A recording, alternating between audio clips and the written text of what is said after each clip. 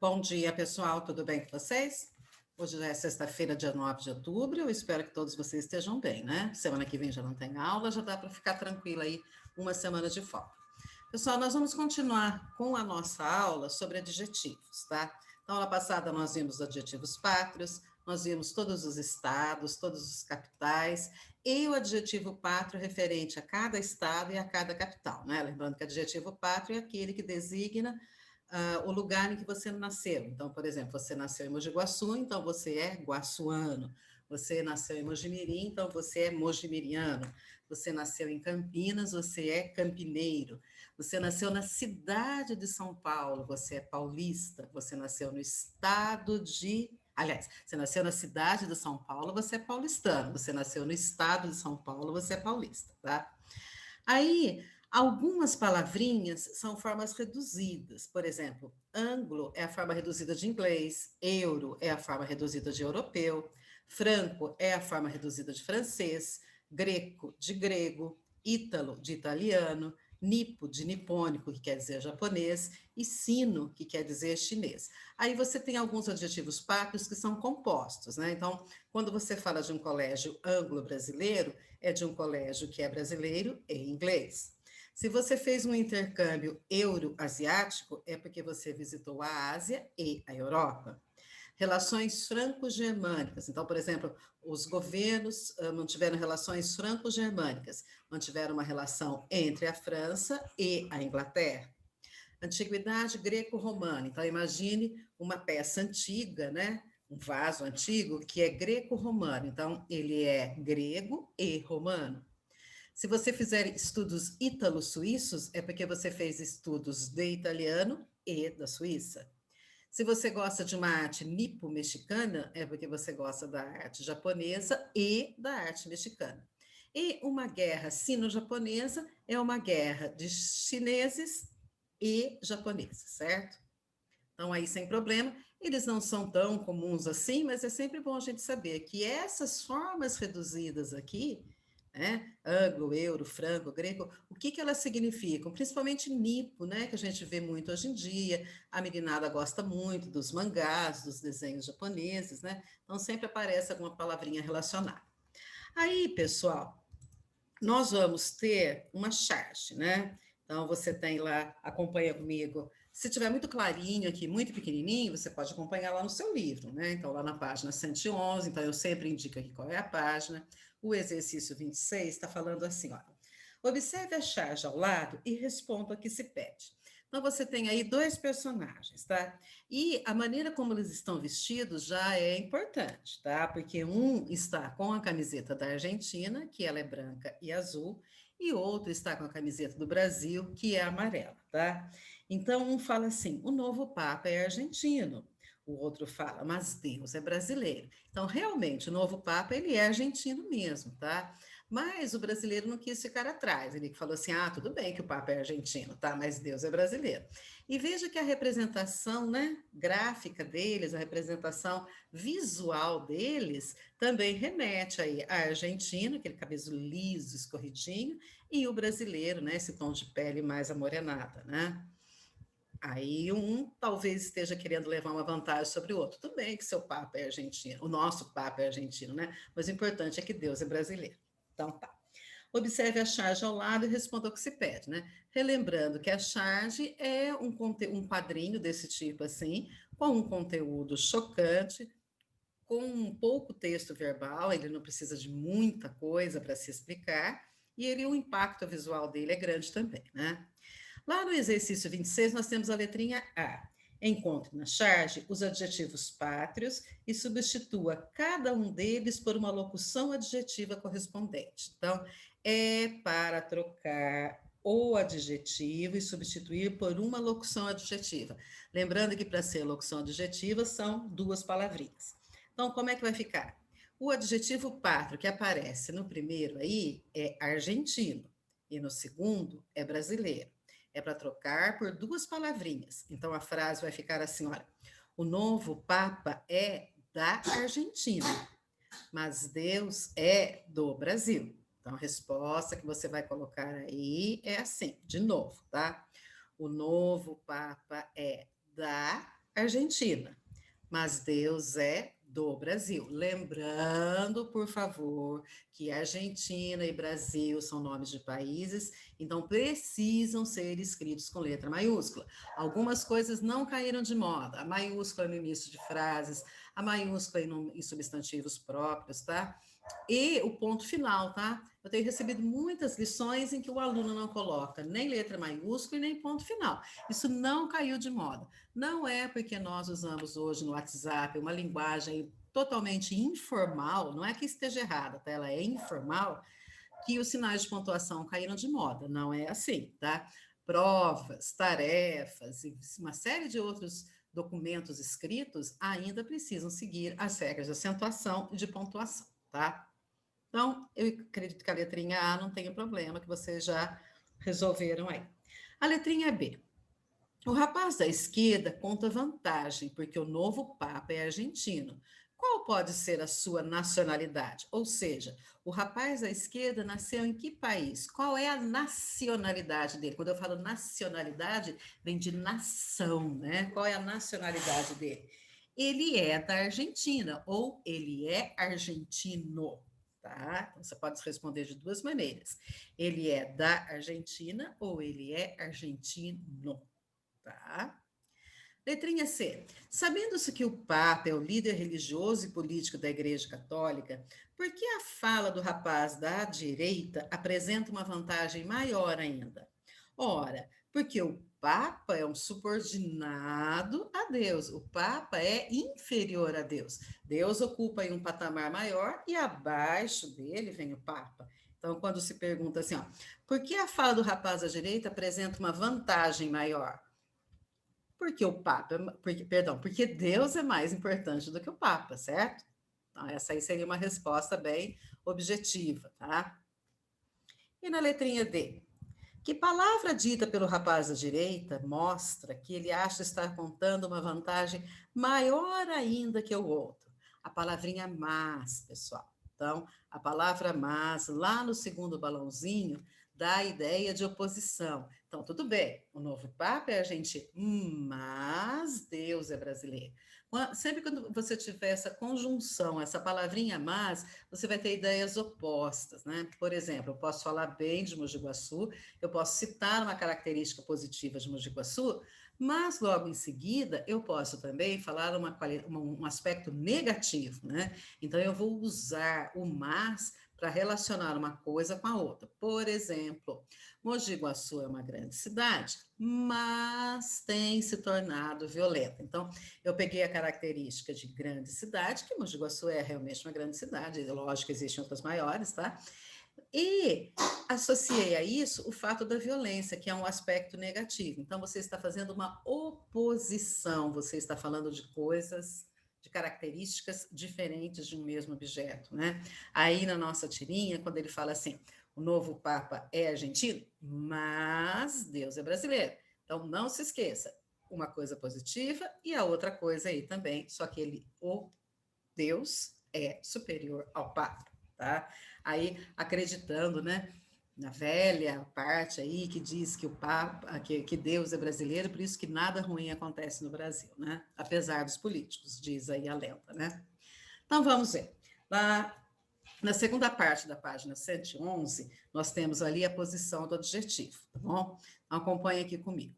Geralmente colocamos o adjetivo depois do substantivo que ele modifica. Sim, você fala flores brancas, você fala flores azuis. Às vezes, o adjetivo é posicionado antes do substantivo. E, nesse caso, alguns adjetivos podem assumir um sentido diferente, um sentido figurado. Então, um homem grande quer dizer um homem alto ou um homem gordo. Agora, um grande homem quer dizer um homem magnífico, excelente, importante. Então, veja, a colocação do adjetivo depois do substantivo tem o significado. E antes do substantivo, mudou o significado. Quando eu falo assim, uma mulher pobre é uma mulher sem recursos, sem dinheiro.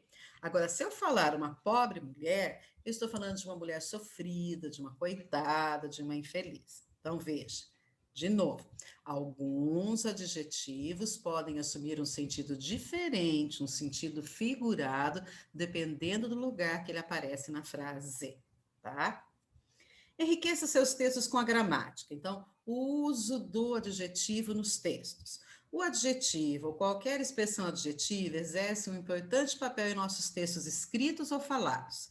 Ele ajuda a caracterizar os seres, tornando o enunciado mais preciso ou até mesmo mais expressivo. Então, se você está fazendo uma redação, por exemplo, e você está descrevendo um personagem, os adjetivos vão ajudar você a deixar esse personagem mais expressivo, mais rico, né? Observe a descrição que o escritor João Ubaldo Ribeiro faz de uma manhã que nasce limpa, depois de uma chuvarada forte. Estão destacados no texto alguns dos adjetivos e locuções adjetivas usadas. Dá quase para sentir o ar fresco, o cheiro de terra úmida e para ouvir a algazarra dos pássaros. Então vamos lá na outra página, tá? E a gente vai ver aí qual é o trechinho do texto do João Ubaldo para a gente poder ver. Então, veja lá. Só vendo primeiro a referência bibliográfica, né? Sempre é importante você ver ali a referência. João Ubaldo Ribeiro, esse pedacinho aqui está no livro Viva o Povo Brasileiro, publicado no Rio de Janeiro pela editora Nova Fronteira em 1984. E esse pedacinho está nessas páginas aqui, ó, 136 e 137. Logo depois, o tempo clareia de repente. O céu aparece com um azul muito levinho. O sol vai esquentando sem ficar tão quente como em fevereiro. E o dia nasce desse jeito lavado que todo mundo conhece. A terra e a areia sentadas, as folhas com lustro, o ar limpíssimo, muitas novidades em cada canto, grande movimentação de bichos e uma certa alegria despropositada, uma certa crença em que, lavado assim, luminoso assim, o universo não é indiferente, mas propício. Então, veja, pessoal, todas essas palavras que estão em negrito, elas são adjetivos ou locuções adjetivas. Na realidade, aqui de locução adjetiva, nós vamos ter aqui com lustro e nós vamos ter de bichos. Por que locução adjetiva? Porque é formado por duas palavrinhas, né? Com lustro e de bichos. Então, que jeito que é o céu? Como é o céu na descrição dele? Porque ele fala assim, ó, logo depois o tempo clareia de repente. O céu aparece com um azul como? Muito levinho. O sol vai esquentando sem ficar tão quente como em fevereiro. O dia nasce desse jeito, lavado, que todo mundo conhece. A terra e a areia assentadas. Então, veja, assentadas aqui se refere tanto à terra quanto à areia. As flores com lustro, quer dizer, lustrosas, brilhantes, né? Grande movimentação de bichos. Então, veja que para a palavra movimentação, para o substantivo movimentação, o autor usou aí dois substantivos, grande e de bichos, sendo que de bichos é uma locução adjetiva. Uma certa alegria despropositada, ou seja, sem propósito, né? Para que tanta alegria assim, né? Uma certa crença em que lavado assim, luminoso assim, o universo não é indiferente, mas ele é propício. Ou seja, o universo, o que quer dizer propício? Ele é capaz de criar coisas novas, né? Ele nos dá capacidade de criação, ele é propício a novas coisas, tá? Então, veja, se esse trechinho aqui, né? Uma, duas, três, quatro, cinco, seis, sete, oito, se essas 9 linhas, se dessas 9 linhas fossem retirados os adjetivos, talvez o trecho não ficasse tão significativo. Quer ver só um pedacinho? Ó? Logo depois o tempo clareia, de repente o céu aparece com um azul, o sol vai esquentando sem ficar tão quente como em fevereiro, e o dia nasce desse jeito que todo mundo conhece. A terra e a areia, as folhas, o ar, muitas novidades em cada canto, movimentação e uma certa alegria, uma certa crença em que, assim, o universo. Aí ficaria até sem sentido, né? Não é indiferente nem propício. Então, veja, os adjetivos vão dar toda a característica, toda a emoção ao texto. Se você tiver que fazer uma redação, ou mesmo você fazendo uma resposta de uma prova, né? Uma prova de história de ciências de português, o uso de adjetivos realça, né? Dá mais ênfase à sua resposta, certo? Agora nós vamos lá na 27. Na 27 está escrito assim, ó. Indique no caderno os substantivos que os adjetivos em destaque no texto acompanham. Mas atenção, além dos adjetivos, há algumas locuções adjetivas. Um substantivo pode ter mais de um adjetivo e a posição do adjetivo varia, pode ser antes ou depois do substantivo. Então, você tem aí os substantivos jeito, tá? E qual é o adjetivo que acompanha? Levado. Então, vamos ver assim, ó. Então, nós temos quais substantivos? Nós temos um azul, é o substantivo. Qual é o adjetivo para ele? Muito levinho. Depois nós temos terra e areia, são substantivos. E qual é o adjetivo? Assentadas. Nós temos folhas com lustro. Então, folhas é o substantivo, com lustro é a locução adjetiva, tá? Eu tenho o ar limpíssimo. O ar é substantivo e limpíssimo é um adjetivo. A movimentação tem dois, tá? Dois adjetivos, um adjetivo e uma locução adjetiva. Que jeito é a movimentação ali no texto? A movimentação é grande e de bichos. E a alegria, como que ela é descrita no texto? Despropositada. E o universo, ele tem dois. O universo é lavado, luminoso, aliás, dois não, ele tem quatro. Lavado, luminoso, indiferente e propício, certo? Então, tudo isso aí é o que acontece aí. Opa, perdão. Tudo isso é o que acontece aí nesse trechinho aí pequenininho, mas que tem muitos adjetivos, né? Tudo que está grifado aí é adjetivo. E como que a gente sabe a qual substantivo ele se refere? É só você ler um pedacinho antes ou um pedacinho depois. Veja, a palavra levinho está aqui. É só você procurar. Quem que é o levinho? O azul, tá? Como que é esse jeito? Lavado. Como que são a terra e a areia? Assentadas. E as folhas? E são de que jeito? Com lustro. O ar, como que ele descreve o ar? Limpíssimo. Como que é a movimentação? Grande e de bichos. E a alegria? Despropositada, tá? E o universo, ele vai receber aí 4 adjetivos: lavado, luminoso, indiferente e propício. Aí no exercício 28, o livro pergunta assim: qual é a finalidade de uma descrição? A descrição, pessoal, ela serve para detalhar um ambiente, uma pessoa, um animal. Então, a palavra principal aí é detalhar, tá? Detalhar, aí na nossa resposta, aí está escrito assim, ó, detalhar de forma precisa uma situação, um ambiente, um personagem. Isso. Quando você fala de forma precisa, é porque quem está lendo vai entender exatamente como que é, qual é a imagem mental que o autor fez ali, do sol, do céu, do dia, da terra, da areia, das folhas, do ar, a movimentação, a alegria e o universo. Então, para que você transmita a sua mensagem, para que a outra pessoa entenda, você vai ter que usar esses adjetivos. Então, repetindo a 28. Qual é a finalidade de uma descrição? Detalhar de forma precisa uma situação, um ambiente, um personagem, etc. E a 29. Considerando a finalidade de um texto descritivo, qual é a importância ou a função dos adjetivos nele? O texto descritivo, pessoal, ele vai ser sempre recheado de adjetivos, porque são os adjetivos que vão ajudar a fazer a descrição.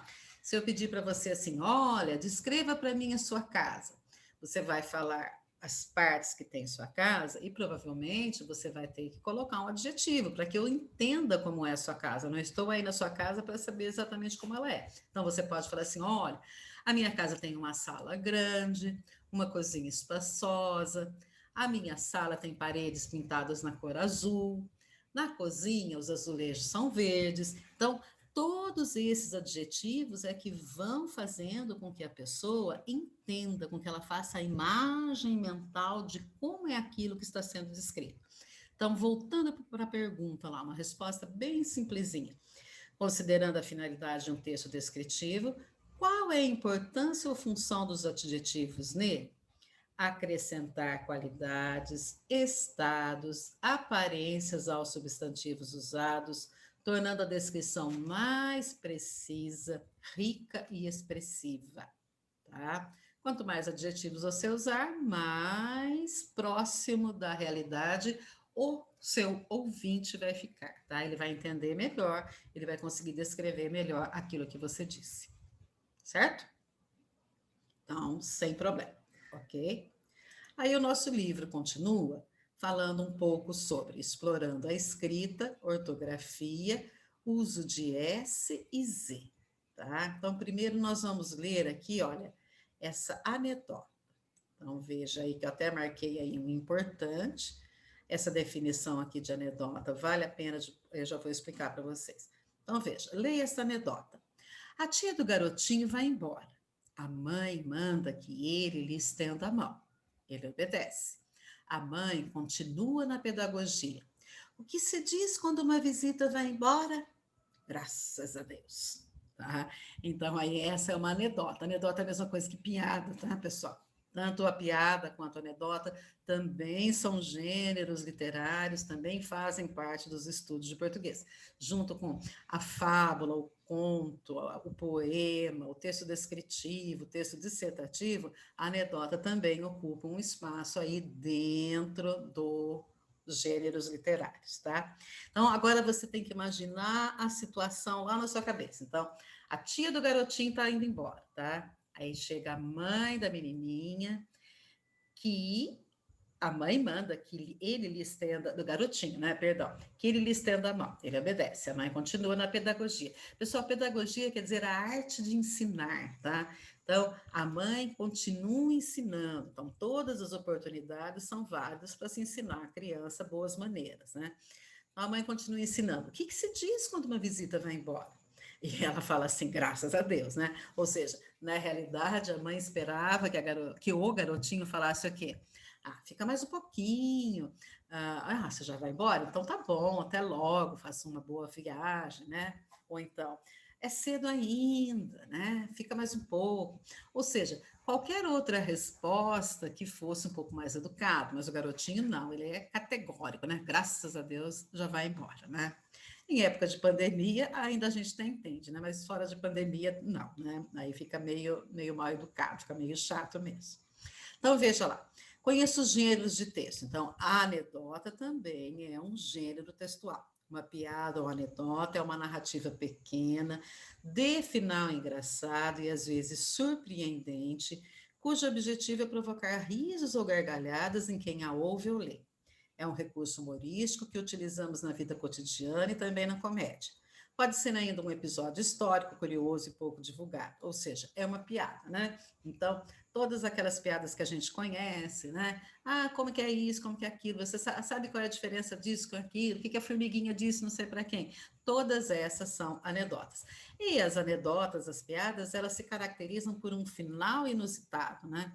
Até aqui, olha, o que se diz quando a visita vai embora, o texto está normal, o texto está tranquilo. Ele se torna uma anedota quando o menininho fala assim, graças a Deus, né? A visita já está indo embora. Certo? Sem problemas aí, pessoal? Então, tá. Aí nós vamos lá no exercício 30, tá? O exercício está aí digitado, mas é a mesma coisa que está aí no livro. Então, vamos lá, ó. Então, eu continuo lá, estou na página 113, o exercício é o 30. A troca comunicativa que aparece na anedota envolve, aqui tem um errinho, tá? Envolve quantas e quais pessoas? Ou seja, o exercício está perguntando assim: quantas pessoas fazem parte desta anedota? Então, fazem parte da anedota aí, pessoal, 3 pessoas: o garotinho, a mãe e a tia. Ou seja, são essas 3 pessoas que estão participando naquele momento daquela situação comunicativa, certo? A surpresa é um recurso humorístico usado com frequência nas anedotas, que a alternativa indica que o que a mãe esperava que o menino educadamente dissesse. Então, será que a mãe queria que o menino falasse assim, graças a Deus? Será que ela queria que ele falasse assim, ó, até logo ou já vai tarde? Então, olha, graças a Deus e já vai tarde são 2 formas aí mal educadas de se despedir de uma visita, né? Então, a mãe esperava que o menino educadamente falasse o quê? Até logo, né? Então, no exercício 31, a alternativa correta é esse 2 aqui, certo? Aí, pessoal, deixa eu só descer mais um pouquinho aqui. 30, 31, até logo, certinho. Agora nós vamos lá para o exercício 32, tá bom? Indique em quais palavras do texto são usadas as letras com som de S ou som de Z, tá? Então você tem ali, olha, você tem que voltar no texto, né? O texto fala assim: a tia do garotinho vai embora, a mãe manda que ele lhe estenda. Então, estenda, que é a primeira palavrinha. Ele obedece. A mãe continua na pedagogia. O que se diz quando uma visita vai embora? Graças a Deus. Então, todas essas palavras aqui, elas têm som de S ou som de Z. Só que tem um detalhe, né? Aqui o S, ele está realmente representado por S. Esse obedece também tem som de S, só que aqui ele está representado pela letra C. O C normal, C e S. Diz, olha ali, ó. O diz, ele está escrito com Z, mas o som é de S. A mesma coisa acontece com visita. Visita, casa, o som é de S. Mas como é que você representa esse som? Aliás, o som é de Z. Como é que você representa esse som? Com S. Graças e Deus, os dois têm o som de S e estão escritos com S. Então, as diferenças vão aqui, olha, em visita, dá uma olhada em visita, o som é de Z, mas foi escrito com S. E obedece, esse som também é de S, só que ele é escrito com C. Então, o português se caracteriza por isso. Nem todas as palavras, nem todos os sons são escritos da mesma maneira, né? Seria muito fácil se o som de S fosse tudo escrito com S, que o som de Z fosse tudo escrito com Z. Aí nós teríamos o quê? Visita seria escrito com Z, porque o som é de Z. Casa seria escrito com Z também, porque o som é de Z, mas não. Então, a resposta 32 é essa aqui que está em azul, tá? E na 33? Na última sílaba da palavra obedece, qual é a letra consoante usada? Então, obedece, a letra aqui, a consoante é o C. E qual o seu som? O som é de C. Então, veja, você tem um som de C, mas na hora de escrever, você tem que escrever com o C da cebola, né? E bom seria se a gente pudesse escrever obedece com 2 S, se a gente pudesse escrever visita com Z, né? Porque daí ficaria tudo mais fácil. Casa com Z também, mas não. Então, existem sons na nossa língua, isso que é importante você pensar. Existem sons na nossa língua que são representados por várias letras. O som do Z, às vezes é escrito com S e às vezes é escrito com Z. O som do S, às vezes ele é escrito com um S, às vezes ele é escrito com 2 S e às vezes ele é escrito como um C, o C da cebola. Certo, pessoal? Então, eu vou parando por aqui e depois eu deixo a lição de casa para vocês, tá? Beijo.